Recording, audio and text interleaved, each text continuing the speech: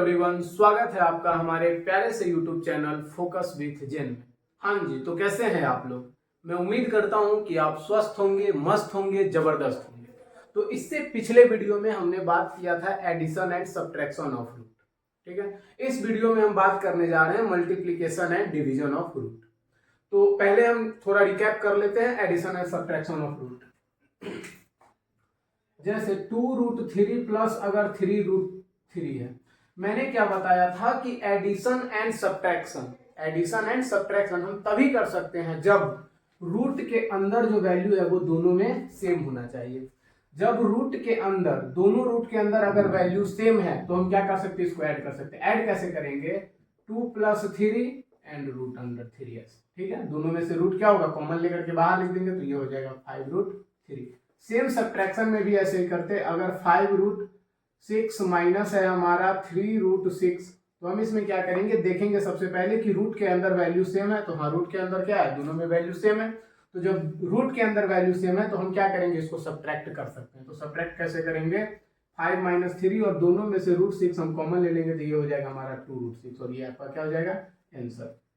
तो हमने क्या बात किया कि एडिशन एंड सब्ट्रैक्शन रूट में तभी कर सकते हैं जब हमारा रूट के अंदर जो वैल्यू है वो सेम होना चाहिए। ठीक है, अगर रूट के अंदर वैल्यू सेम नहीं होगा तो हम ऐड और सब्ट्रैक्ट नहीं कर सकते। जैसे देखिए 2√3 प्लस में हमारा है 2√7, तो हम क्या करेंगे, रूट के अंदर वैल्यू डिफरेंट है तो हम इसको ऐड नहीं कर सकते। तो आंसर क्या होगा, एज इट इज आंसर आ जाएगा 2√3 + 2√7, यही आंसर आ जाएगा। सेम उसी प्रकार से सब्ट्रैक्शन में भी होता है। अगर सब्ट्रैक्शन में भी रूट के अंदर वैल्यू सेम नहीं है तो हम उसको सब्ट्रैक्ट नहीं कर सकते, तो एज इट इज आंसर आ जाएगा। ठीक है, इस वीडियो में अब हम क्या बात करने जा रहे हैं, multiplication and division of root.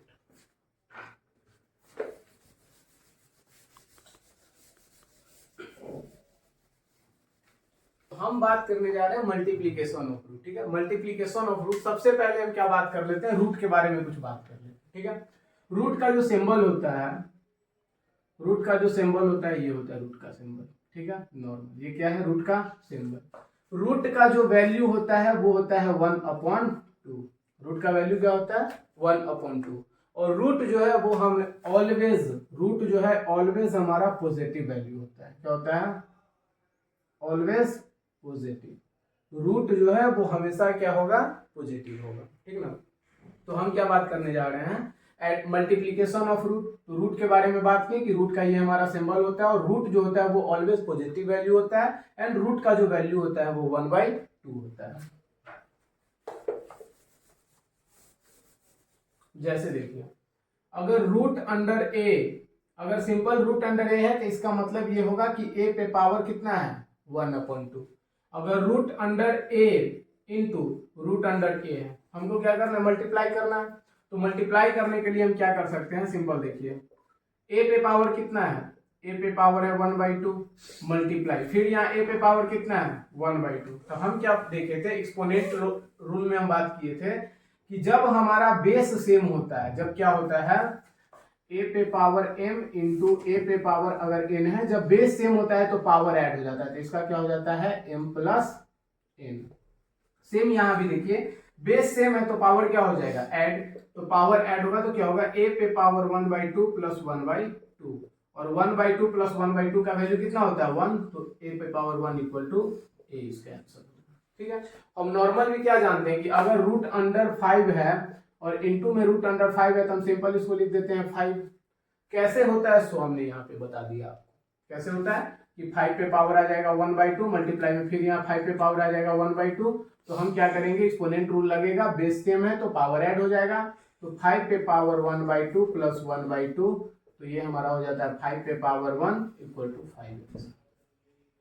ठीक है, समझ गया ना, सिंपल है। क्या है कि रूट ए का वैल्यू कितना होगा, ए पे पावर 1/2, रूट हटेगा तो पावर आ जाएगा, रूट हटेगा तो पावर आ जाएगा, कितना पावर आएगा 1/2 आएगा। तो सेम यहाँ पे हम चले, ठीक है ना। कुछ क्वेश्चंस देख लेते हैं इस पे।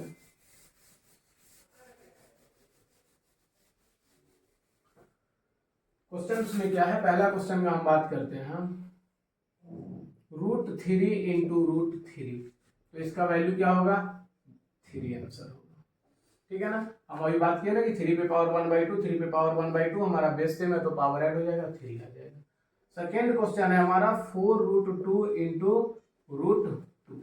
ठीक है, तो √2 इंटू √2, देखिए पहले क्या है कि 4 है मल्टीप्लाई √2 इंटू √2 का वैल्यू कितना आएगा 2, तो इसका आंसर कितना हो जाएगा 8 हो जाएगा हमारा आंसर। थर्ड क्वेश्चन का अगर हम बात करेंगे तो 3√2 इंटू का 7√2, देखिए तो 3 इंटू 7 या ना मल्टीप्लाई में, तो 3 इंटू 7 और √2 इंटू √2 का वैल्यू कितना आएगा 2, तो कितना हो जाएगा ये 7 3 जा 21 और 21 2 जा 42 आंसर।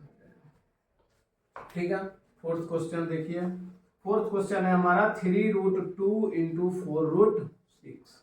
ठीक है ना, यहाँ पे देखिए प्रॉपर्टी यहाँ पे लगेगा, यहाँ पे प्रॉपर्टी क्या लगेगा कि √a इंटू अगर √b है, √a इंटू √b है तो ये सिंपल आ जाता है √√ab।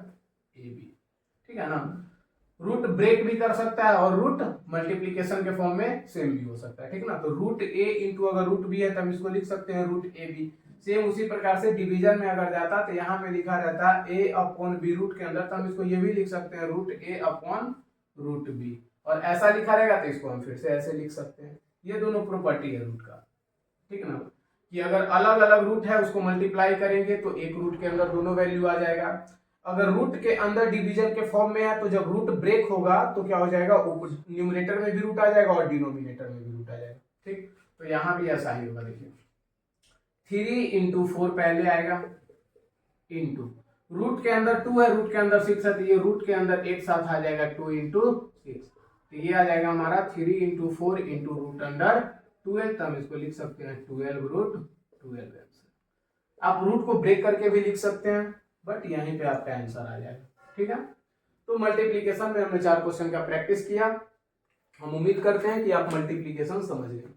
मल्टीप्लीकेशन ऑफ रूट में कुछ करना ही नहीं है ना जी, सिंपल आपको क्या करना है, जो भी हमारा रूट के बाहर वैल्यू है पहले उसको मल्टीप्लाई करना और उसके बाद जो रूट के अंदर है उसको मल्टीप्लाई करना। रूट के अंदर कैसे मल्टीप्लाई करना है, रूट के अंदर वैल्यू अगर सेम है तो सेम नंबर आ जाएगा, जैसे √2 इंटू √2 है तो 2 आ जाएगा, √5 इंटू √5 है तो 5 आ जाएगा, √10 इंटू √10 है तो 10 आ जाएगा। ठीक ना, और अगर रूट के अंदर डिफरेंट वैल्यू है तो क्या करते हैं, जब 2 रूट मल्टीप्लाई हो जाता है तो सिंगल रूट में आ जाता है, 2 रूट मल्टीप्लाई में रहता है तो सिंगल रूट के अंदर ए बी आ जाता है। ठीक है, ए बी हमारा क्या है 2 नंबर है, 3 नंबर भी हो सकता है, 4 नंबर भी हो सकता है।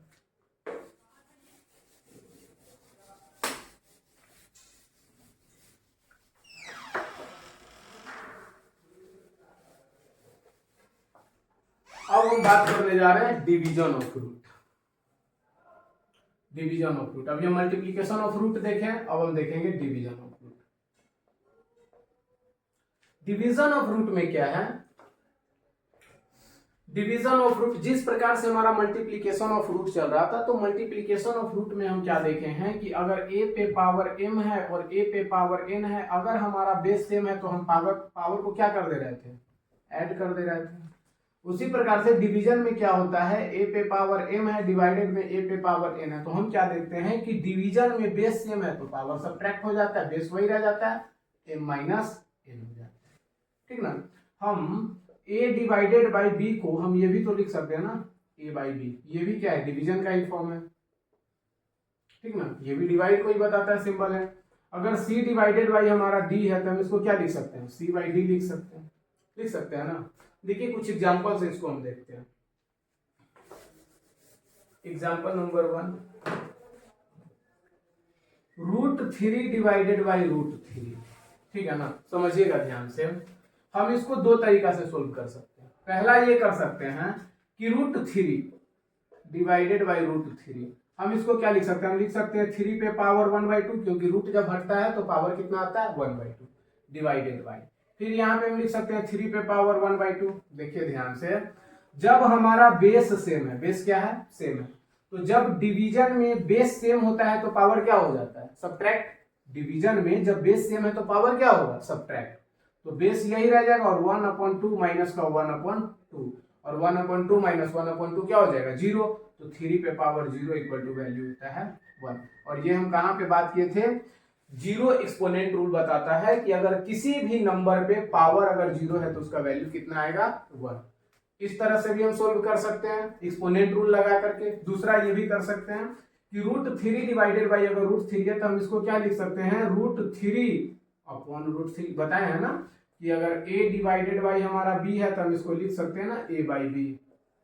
सेम वहीं पे √3 डिवाइडेड बाई √3 है तो हम इसको लिख सकते हैं √3 और डिवीजन के फॉर्म को चेंज कर दिया और अपॉन √3, और ये हमारा क्या कट करके आ जाएगा 1। जब ऊपर भी सेम वैल्यू नीचे भी सेम वैल्यू, दोनों सेम वैल्यू रहता है तो कट करके कितना आ जाता है 1। ठीक है, सेकेंड एग्जांपल देखते हैं। सेकेंड एग्जांपल है हमारा 3√6 डिवाइडेड बाई √6। इसको कैसे सोल्व करेंगे देखिए ध्यान से। 3√6 डिवाइडेड बाई √6, तो ये तो ऊपर रह जाएगा 3√6 और ये साइन चेंज हो गया डिवीजन में, और ये नीचे आ जाएगा √6। देखिए ऊपर भी √6 नीचे भी √6, मतलब न्यूमरेटर में भी √6 डिनोमिनेटर में भी √6। जब न्यूमरेटर डिनोमिनेटर दोनों में सेम वैल्यू रह जाता है तो वो कट करके आ जाता है 1, और बाहर 3 है, 3 × 1 हमारा हो जाएगा 3। समझ रहे हैं ना, कुछ नहीं करना है, नॉर्मल जैसे हम डिवीजन करते हैं ना, अगर ऐसे रहता 4/2 नॉर्मल डिवीजन है तो हम इसको कट करके 2 लिखते हैं तो 2 आंसर आता है।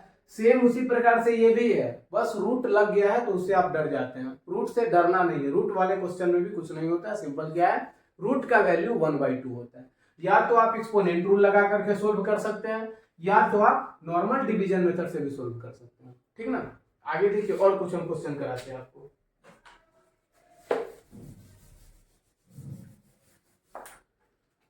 क्वेश्चन नंबर 3 है हमारा 4√12 डिवाइडेड बाई 2√3। सबसे पहले हम क्या करेंगे, डिवीजन के हटाएंगे और न्यूमरेटर अपॉन डिनोमिनेटर के फॉर्म में लिखेंगे। ये हो जाएगा 4√12 और अपॉन में हो जाएगा 2√3। ध्यान से देखिए, डिवीजन में ना एक चीज ये याद रखिएगा कि जो रूट के अंदर वैल्यू होता है ना, वो रूट वाला से ही कटता है। रूट के अंदर अगर वैल्यू है तो रूट के अंदर वाले से कटेगा। ठीक ना, जैसे रूट वाला था तो रूट से कटा है और 3 बाहर था। ठीक, सेम उसी प्रकार से अगर रूट के बाहर जो वैल्यू है वो रूट के बाहर वाले वैल्यू से डिवाइड होगा, और जो रूट के अंदर जो वैल्यू है वो रूट के अंदर वाले वैल्यू से डिवाइड होगा। ठीक, तो देखिए ध्यान से, इसको हम कट करके क्या कर दिए 2। ठीक है ना, और 3 से ये कटेगा तो हो जाएगा 4, तो ये क्या हो जाएगा 2 और √4। नीचे में कुछ नहीं, नीचे में 1 आ रहा है, तो ये हमारा हो गया 2√4। और हम इसको क्या लिख सकते हैं, √4 हमारा रूट के बाहर आता है तो हो जाता है 2, इसको हम लिख सकते हैं 2 × 4 आंसर। ठीक ना, यहाँ पे आपको ये पता चला ना कि √4 का मतलब क्या है कि रूट के अंदर ये 4 हमारा 2 × 2 के फॉर्म में है, और जब स्क्वायर के फॉर्म में अगर 2 है तो ये जब पेयर में आ जाता है तो पेयर का एक बाहर आता है। ठीक है, ये हमारा स्क्वायर रूट है। ठीक ना, और इसको आप ये भी कर सकते थे ना, यहाँ पे ऐसे सोल्व करते हैं क्या कि 4√12 और डिवाइड में अगर 2√3 है तो हम इसको क्या कर सकते थे कि 2 से 4 को काट दिए 2 टाइम्स में, अब बच रहा है क्या कि 2√12 और अपॉन में √3 है। ठीक है, तो हमने आपको बताया है ना, क्या बताया है कि अगर रूट के अंदर ऊपर में न्यूमरेटर और नीचे में रूट के अंदर डिनोमिनेटर है तो हम इसको क्या लिख सकते हैं, होल रूट के अंदर न्यूमरेटर अपॉन डिनोमिनेटर लिख सकते हैं। और अगर ऐसे न्यूमरेटर अपॉन डिनोमिनेटर है तो हम क्या कर सकते हैं, नॉर्मल न्यूमरेटर को डिनोमिनेटर से कट कर सकते हैं। ठीक ना, नॉर्मल डिवीजन मेथड लगा सकते हैं।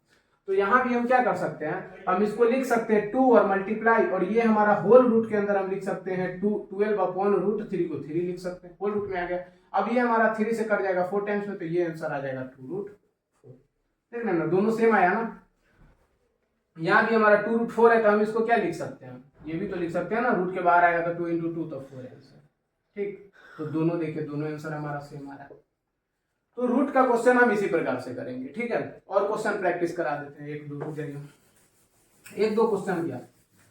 देखिए, सेम मल्टीप्लीकेशन डिवीजन में कोई डिफरेंस नहीं है, नॉर्मल डिवीजन मेथड से चलेगा। मल्टीप्लीकेशन है, नॉर्मल मल्टीप्लीकेशन चलता है, बट आपको याद रखना है कि रूट का वैल्यू 1/2 होता है, और जब रूट का वैल्यू 1/2 अगर हम लगाएंगे तो एक्सपोनेंट रूल पे जाएंगे। नॉर्मल डिवीजन करना है तो हमको एक्सपोनेंट रूल से कोई मतलब नहीं है, सिंपल हम चलते जाएंगे। डिवीजन करना है तो जो नॉर्मल वैल्यू है रूट के बाहर उसको उससे डिवाइड करेंगे न्यूमरेटर डिनोमिनेटर से, रूट के अंदर है तो रूट के अंदर वाला को रूट वाले से डिवाइड करेंगे।